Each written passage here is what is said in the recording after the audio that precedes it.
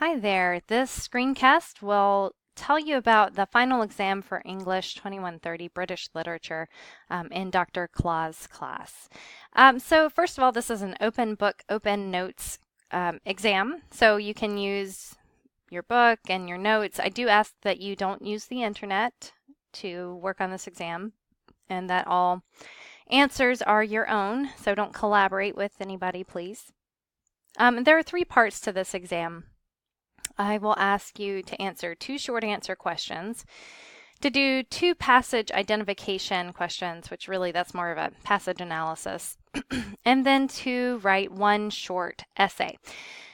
And that's it. And you just have to turn this in by the end of the final exam period specified on Canvas. The exam will close at that due time, so you won't be able to submit it late. So just make sure that you have your technology set up and maybe budget a few extra minutes there at the end in case your computer restarts or something like that. All right, so when you are completing your exam, you'll type directly into this exam, and please do not erase the questions. So it's going to be much easier for me to see what questions you're answering if they're still there in the exam. So just, you can go after one of the questions, hit enter, and start typing. And you could even change the color of your answers if that will help you be able to differentiate between the questions and answers more easily, but that's totally up to you. All right, so the two short answer questions are asking you to compare the bodies of Dr. Jekyll and Mr. Hyde to the body of Frankenstein's monster. In what ways are these bodies similar, different, and what can the text do differently using monstrous bodies in comparison to bodies not identified as monstrous? And what I'm asking here is about the fact that Dr. Jekyll and Mr. Hyde are both depicted as human. Mr. Hyde is a distasteful looking human in some way, but he's not a monster in the same way that Frankenstein's creature is clearly a monster. So in Frankenstein, the creature is very much everyone who sees him identifies him as a monster, and that's very clear from his appearance. So these texts are dealing with these monstrous figures in two different ways. One using a body that's not necessarily monstrous looking, and the other using a body that is clearly monstrous looking. So what can you make of that comparison? What can you learn by thinking about how those two things work in those texts? The second question is more open. I'm asking you to choose two characters from our syllabus and describe how they're similar either in body or in character. So you'll need to say which similarity they have, body or character, and then what makes them different from one another. What can we learn from the similarities and differences? This question gets at some of the texts that we've noticed where characters kind of inner identity doesn't match their outer appearance in some way. And you can use any text from our syllabus for this question.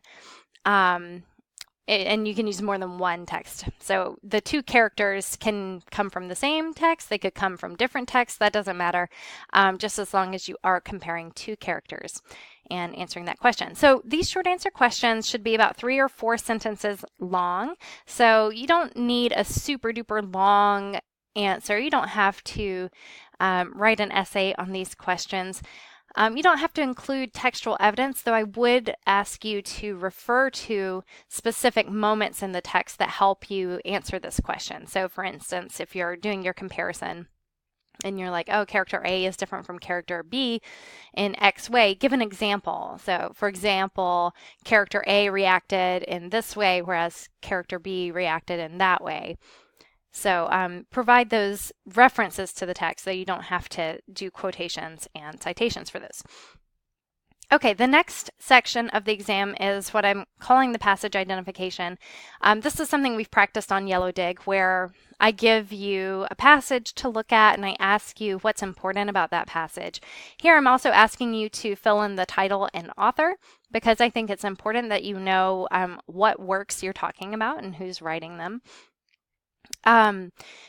So as I said, though, this is open book, open notes, so it's really not a secret what these passages are. It's not like a trick or anything. I do, however, want to point out to you the most common error that I see in this part of the exam, which is historically students fail to include textual evidence from this passage to support claims about the passage's significance. So I am asking you to choose words and phrases from the particular passage that you're talking about as you talk about that passage's significance. So you might say, quote, ill-favored knife, or held his pipe. So I want you to pull those words and phrases into your answer about the significance. Sometimes what I see students do is they'll get excited thinking about how this passage relates to other passages, and they might pull evidence from those other passages and focus a little too much on those other passages and not really do the work that I'm asking for in close reading these passages that I'm giving you. So there are two of those. And as you're quoting, just quote from the passage. You don't need to add line numbers or page numbers or anything like that. And then finally, you'll complete a short essay. Please answer one of the following three questions. Please do not write more than one essay. If you do, I'm only going to grade the first one that I see, so it's a waste of your time to write more than one. Although if you're excited about them, you can certainly think about all of them. Let me tell you a little bit about the format before we jump into the prompts. Each essay, or your essay, needs to have a thesis that responds to the prompt and uses the claim formula. It needs to have topic sentences using the claim formula that connect your analysis to the thesis. And it needs to have 3 body paragraphs minimum. And when I say minimum, I don't mean like I'm secretly wishing that you would write more than 3, but rather to let you know that is the floor. And so if you write less than that, that's a problem. If you write exactly 3 body paragraphs, that is perfectly wonderful. And if you write more than that, that's okay too. Okay, you'll also need evidence that is quoted and cited from the primary text or text that you're looking at. So that means that you'll need the Babel page numbers, or if you're quoting from Frankenstein, then the Frankenstein page numbers, and you'll need to indicate which text it is that you're looking at. You'll need line numbers if the text you're looking at is in poetry. And then finally, you need a conclusion. So something that wraps up that analysis that you conducted in those 3 body paragraphs. So what have you been able to do to answer those prompt questions through the analysis you just conducted? You can also look at the intros and conclusions worksheet in the writing help section on Canvas, which is linked in that help page link at the bottom of our Canvas homepage if you'd like some help with writing a conclusion. Okay, so our prompts. Option 1, who is to blame for Adam and Eve's crimes? Who is to blame for Frankenstein's creature's crimes? To get started answering these main questions, consider the following questions. What common factors do God in Paradise Lost and Victor and Frankenstein share as creators of life? How do Adam and Eve and Frankenstein's creature relate or differ? Why might it be easy to blame Victor for the creature's crimes, but hard to blame God for Adam and Eve's crimes? So this gets at that question of responsibility that has come up a few times in our discussions. Option 2, Julia Kristeva helped us understand that abject is that which reminds us of the baser animalistic aspects of humanity. And you can read that excerpt again under modules readings on Canvas if you need a refresher. Choose any text from our syllabus other than Beowulf and identify the abject character or creature in the text. What makes it human? What makes it non-human?